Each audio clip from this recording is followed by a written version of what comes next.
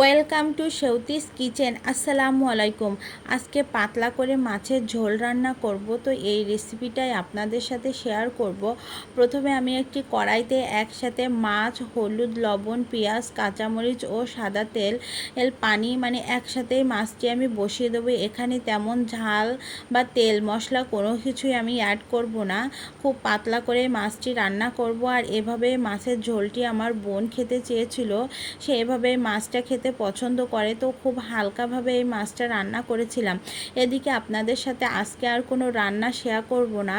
তো এদিকে আজকে আমার সংসারের কিছু বাজার, যেগুলো আমার আপনার প্রত্যেকটা মহিলাদের পরিবারের সাংসারিক বাজার প্রয়োজন হয়, সেগুলোই শেয়ার করব।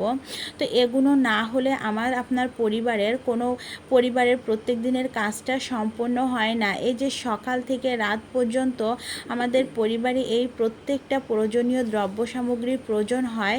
তো এর জন্যই আজকে এই বাজারগুলো আপনাদের সাথে শেয়ার করব। তো এখানে ডাল, তারপরে আটা, এই যে ধরুন মরিচ, এলাচ, দালচিনি, চিনি, লবণ, দুধের প্যাকেট, যাই হোক, হুইল পাউডার, তেল, ভিক্সল ইত্যাদি, ড্রিম পোলাও চালও এখানে কিছু নিয়েছি। এই সবগুলোই আমার প্রয়োজনীয়, এগুলো আমার সব সময় কাজে লাগে।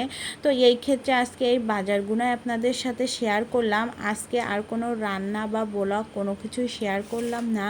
তো এই তো আজকে সারাদিনের এই যে বাজারগুলো করতে যে কত কষ্ট, আর বাইরের এত গরম। যাই হোক, এই গরমের ভিতরে বাজার করা যে কতটা কষ্ট।